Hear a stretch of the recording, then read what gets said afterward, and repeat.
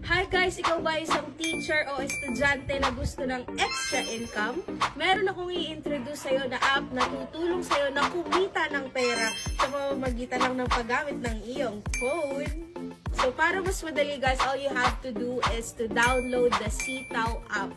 Or you can check their website, www.sitaw.com. This app is for those people na wala pang knowledge about online selling or business. Kasi dito sa app na to, tutulungan kayong magkaroon ng sarili nyong income nang hindi naglalabas ng malaking pera. So, paano ba to? So, syempre, download ang Sitaw app sa App Store or Play Store.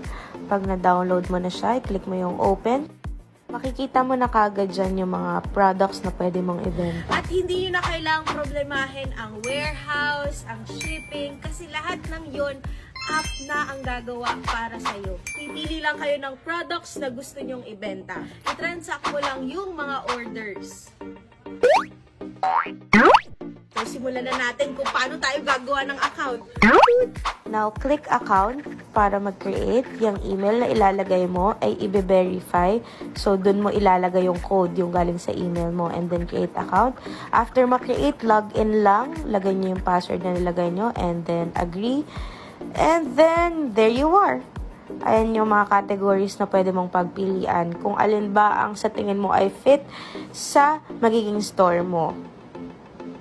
Sa account mo naman, i-scroll down mo lang para makita yung Be a Seller.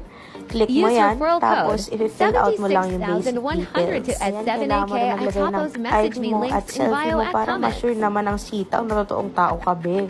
After nyan, click mo lang yung register your shop and you're good to go. So, ano bang inaantay nyo? Download Sitaw app now para pare-pare sa tayo kumikita ng ganito.